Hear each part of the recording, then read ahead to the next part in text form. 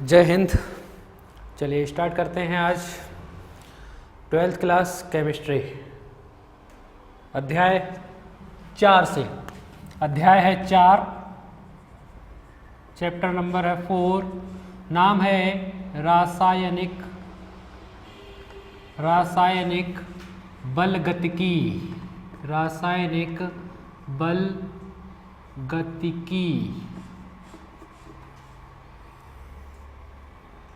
रासायनिक बलगतिकी। तो सबसे पहले इस चैप्टर की परिभाषा देख लेते हैं होती क्या है।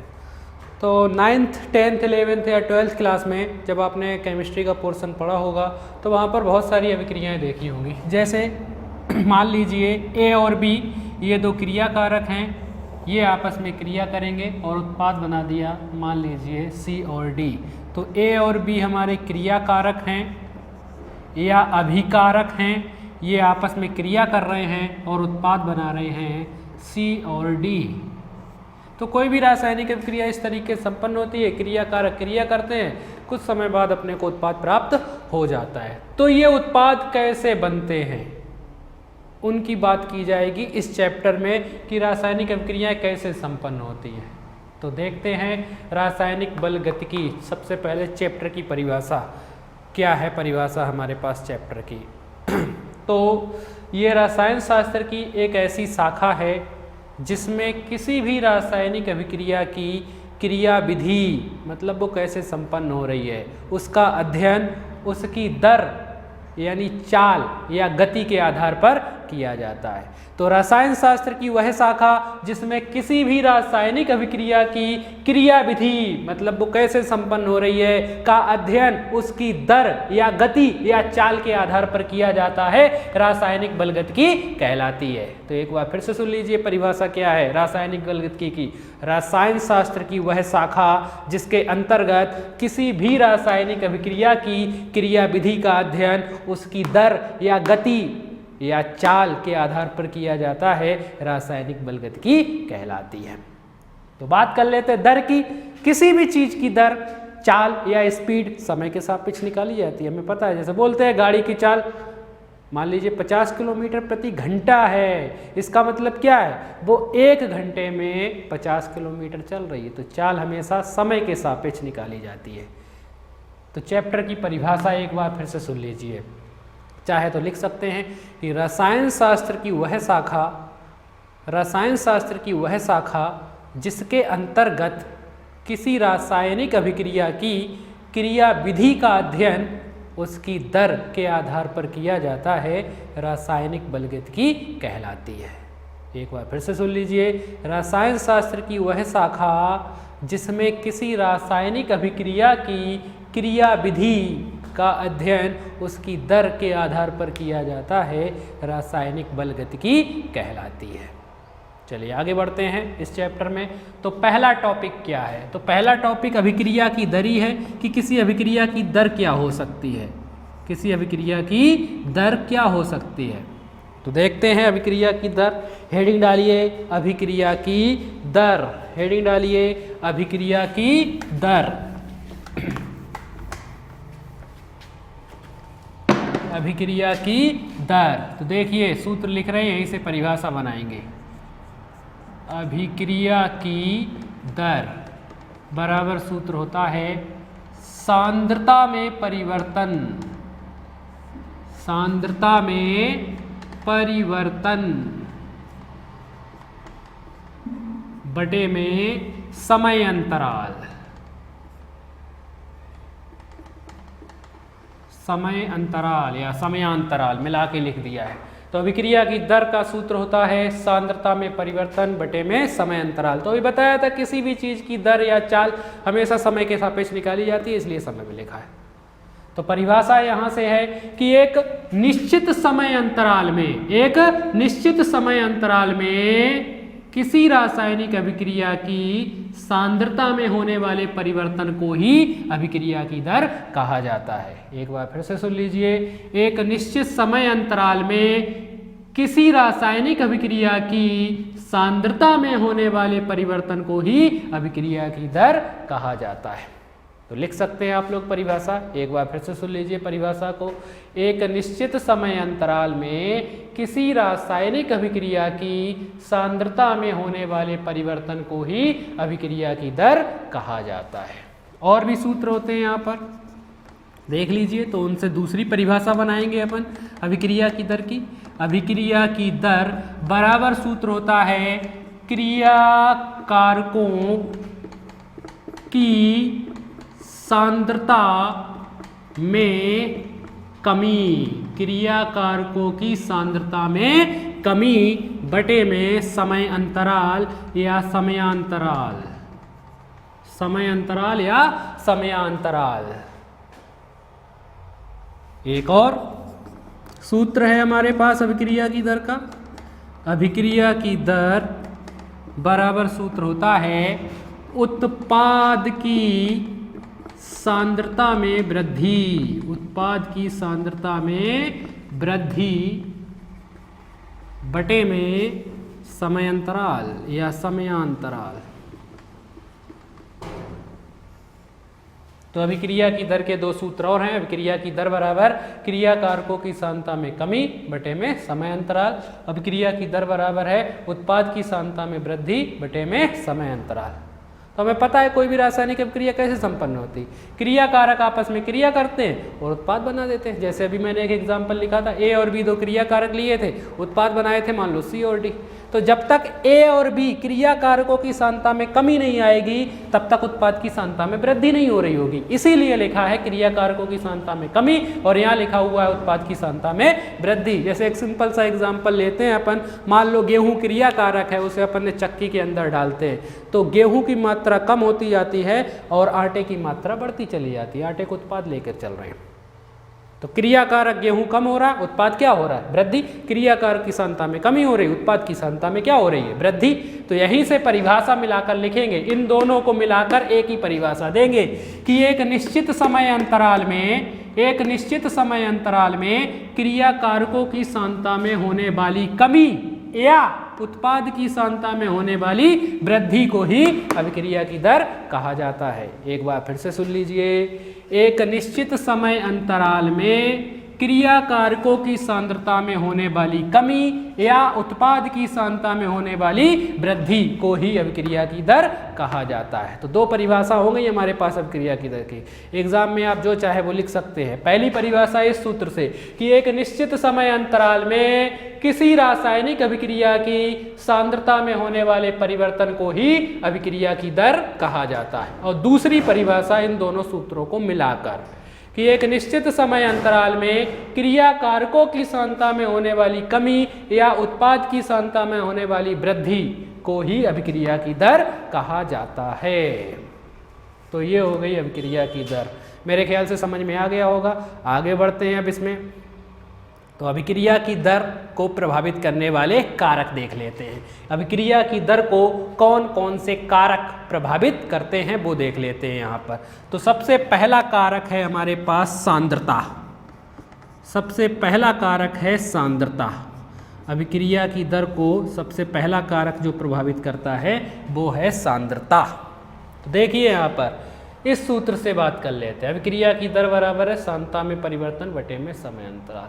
हमें पता है ऊपर वाली चीज़ें होती हैं समानुपात में, यानी अभिक्रिया की दर जो है वो समानुपाती है सांद्रता के, समानुपाती है सांद्रता के। समानुपात का मतलब है अगर इस वाली चीज़ का मान बढ़ेगा तो ये वाली चीज़ का मान भी बढ़ेगा। जब सांद्रता बढ़ेगी तो अभिक्रिया की दर भी बढ़ जाएगी और जब भी सांद्रता घटेगी तो अभिक्रिया की दर का मान घट जाएगा।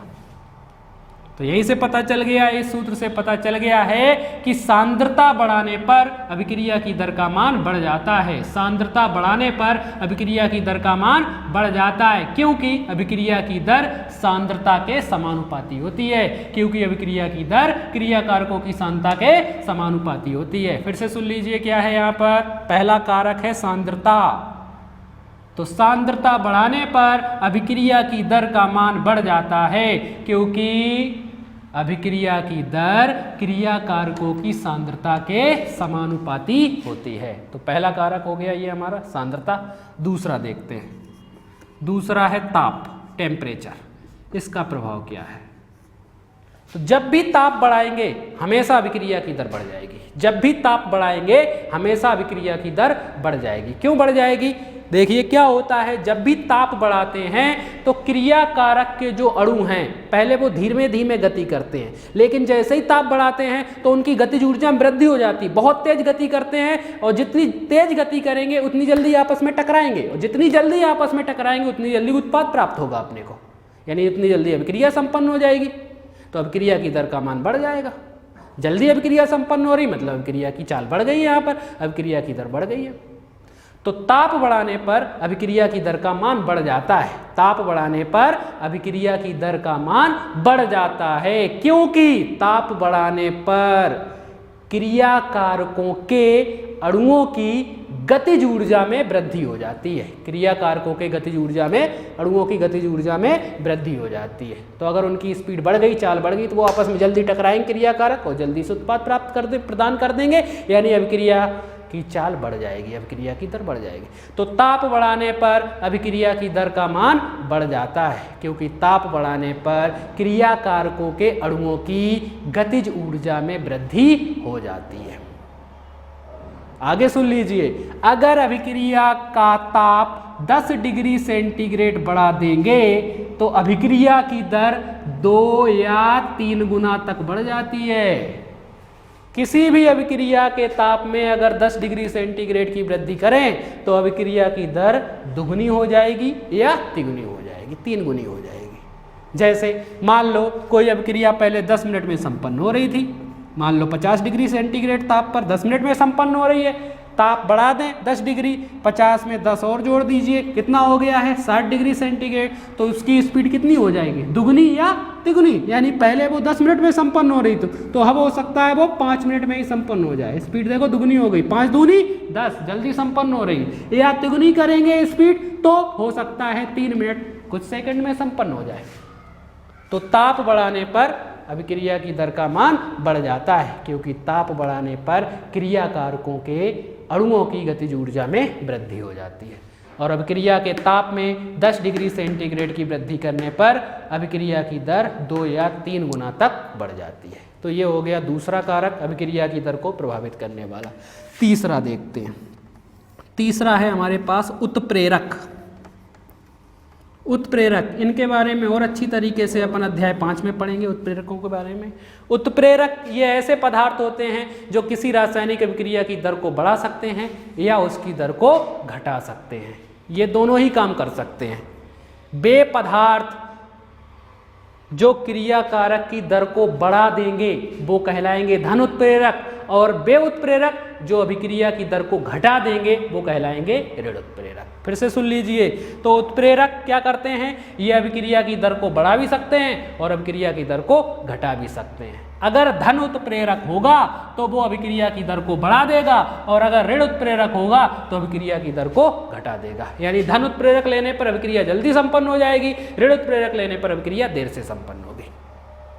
तो दोनों ही चीज़ों जरूरी होती है। किसी अभिक्रिया को अगर जल्दी संपन्न कराना है तो धन उत्प्रेरक लेना पड़ता है, और अगर आपको आसानी से धीरे धीरे संपन्न कराना है तो उसे के लिए अपने को ऋण उत्प्रेरक लेना पड़ता है।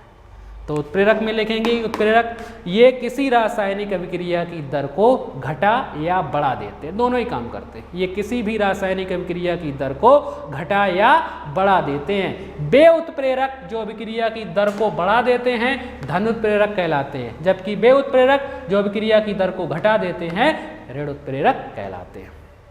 तो ये हमारा तीसरा कारक था उत्प्रेरक। अब चौथा है हमारे पास दाब। दाब का प्रभाव देखें, प्रेशर का प्रभाव कैसे पड़ता है। दाब ये जो कारक है केवल ऐसी अभिक्रियाओं में प्रभावित होता है जिनमें क्रिया कारक गैसीय अवस्था में होते हैं। जब क्रिया कारक गैसीय अवस्था में होंगे तो वे अभिक्रियाएं दाब के द्वारा प्रभावित होंगी, नहीं तो वे अभिक्रियाएं दाब के द्वारा प्रभावित नहीं होंगी। तो वे अभिक्रियाएं जिनमें क्रिया कारक गैसीय अवस्था में होते हैं वे दाब के द्वारा प्रभावित हो जाती हैं। फिर से सुन लीजिए, वे अभिक्रियाएं जिनमें क्रिया कारक गैसीय अवस्था में होते हैं वे दाब के द्वारा प्रभावित हो जाती हैं। अब इसका प्रभाव देखते हैं, क्या प्रभाव पड़ेगा। जब भी दाब बढ़ाएंगे, प्रेशर बढ़ाएंगे, जब भी दाब बढ़ाएंगे तो अभिक्रिया की दर का मान हमेशा बढ़ जाता है। क्यों बढ़ जाता है वो इससे देख लेते हैं, एक छोटे से चित्र से समझ लेते हैं क्यों होता है ऐसा। मान लीजिए ये हमारे पास एक सिलेंडर है, ये एक सिलेंडर है, इसमें गैस भरी हुई है, क्रिया कारक जो हैं वो गैसीय अवस्था में है, गैस के रूप में भरे हुए हैं क्रिया कारक। ऊपर पिस्टन लगा हुआ है, पिस्टन से दाब अपन घटा सकते हैं या बढ़ा सकते हैं जो भी। तो देखिए अभी ये बड़ा सिलेंडर है, इसका आयतन अभी ज़्यादा है, आयतन कैसा है ज़्यादा। लेकिन अगर अपन पिस्टन को नीचे लेकर आते हैं, पिस्टन नीचे लेकर आएंगे यानी दाब बढ़ा दिया, दाब कैसा कर दिया अपन ने बढ़ा दिया, तो जैसे ही दाब बढ़ेगा तो ये जो क्रिया कारक गैसीय अवस्था में थे इनके अणु पास पास हो जाएंगे एकदम। आयतन देखो कम हो रहा है, आयतन कम हो गया, पहले आयतन ज़्यादा था अब आयतन कैसा हो गया है कम। जब आयतन कम हो जाएगा तो क्रिया कारक के जो अणु हैं वो पास पास हो जाएंगे, यानी क्रिया कारकों की सांद्रता में वृद्धि हो जाएगी। और हमें पता है जब भी सांद्रता में वृद्धि होगी तो अभिक्रिया की दर का मान बढ़ जाएगा। तो इसीलिए तो बोलते हैं कि दाब बढ़ाने पर अभिक्रिया की दर का मान बढ़ जाता है, क्योंकि दाब बढ़ाने पर आयतन में कमी होती है जिससे सांद्रता में वृद्धि हो जाती है, आयतन में कमी होती है जिससे सांद्रता में वृद्धि हो जाती है। और हमें पता है जब सांद्रता बढ़ेगा तो जाहिर सी बात है अभिक्रिया की दर का मान बढ़ जाएगा। तो दाब बढ़ाने पर अभिक्रिया की दर का मान बढ़ जाता है, क्योंकि दाब बढ़ाने पर सांद्रता में कमी होती है, आयतन में कमी होती है और सांद्रता में वृद्धि हो जाती है। तो ये थे अभिक्रिया की दर को प्रभावित करने वाले कारक।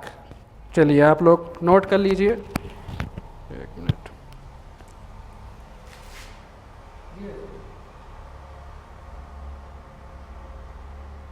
क्या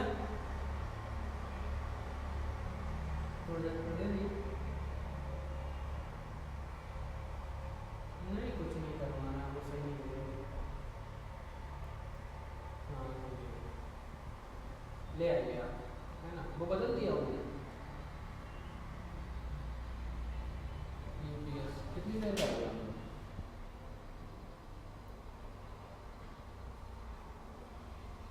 अच्छा पूछ लेते हैं उनसे कब तक लौटेंगे। ठीक है।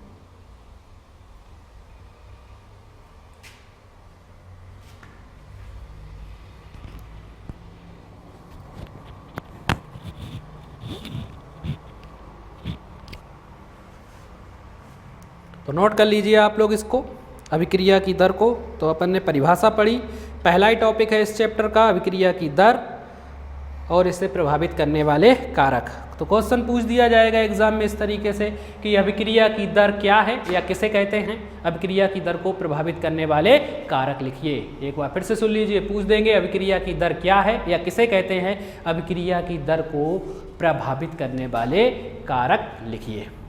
तो आप इस तरीके से बता सकते हैं अभिक्रिया की दर को।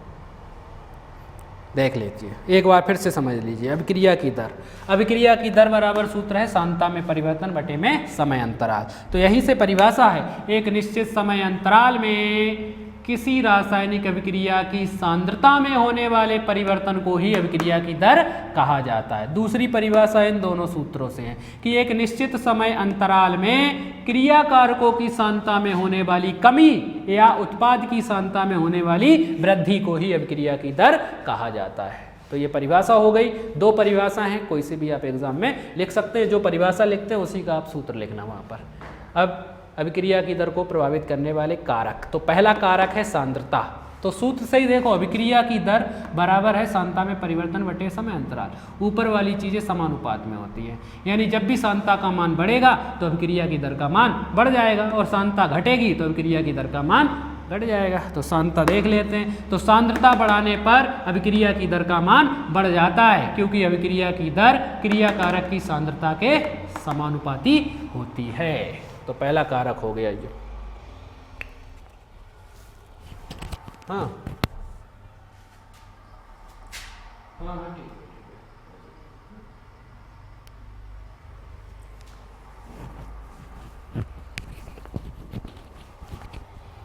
दूसरा है हमारे पास ताप। तो ताप के बारे में क्या पढ़ाया अपन ने? जब भी ताप बढ़ाएंगे तो अभिक्रिया की दर का मान बढ़ जाएगा। क्यों? क्योंकि ताप बढ़ाने पर क्रिया कारकों के अणुओं की गतिज ऊर्जा में वृद्धि हो जाती है। जितनी तेज वो गति करेंगे उतनी जल्दी आपस में टकराएंगे, और जितनी जल्दी आपस में टकराएंगे उतनी जल्दी उत्पाद प्राप्त हो जाएगा, यानी अभिक्रिया जल्दी संपन्न हो जाएगी। तो ताप बढ़ाने पर अभिक्रिया की दर का मान बढ़ जाता है, क्योंकि ताप बढ़ाने पर क्रिया कारकों के अणुओं की गतिज ऊर्जा में वृद्धि हो जाती है। ठीक है। अभिक्रिया के ताप में 10 डिग्री सेंटीग्रेड की वृद्धि करने पर अभिक्रिया की दर दुगनी या 3 गुनी तक बढ़ जाती है। दुगनी हो जाएगी या 3 गुनी हो जाएगी। समझाया मैंने कैसे?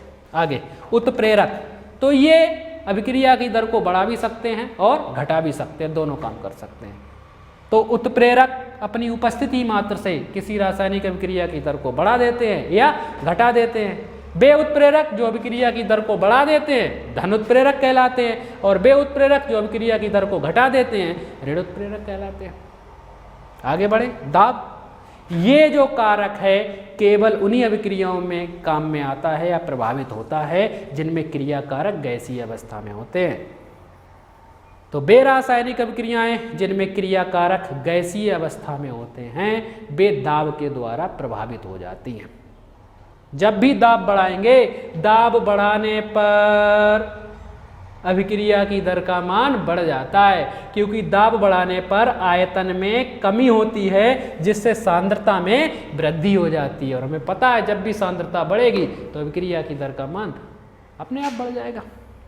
तो दाब बढ़ाने पर अभिक्रिया की दर का मान बढ़ जाता है, क्योंकि दाब बढ़ाने पर आयतन में कमी होती है जिससे क्रिया कारकों की सांद्रता में वृद्धि हो जाती है। तो ये हमारे पास अभिक्रिया की दर को प्रभावित करने वाले कारक थे। मेरे ख्याल से समझ में आ गया होगा आप लोगों को। आगे बढ़ते हैं।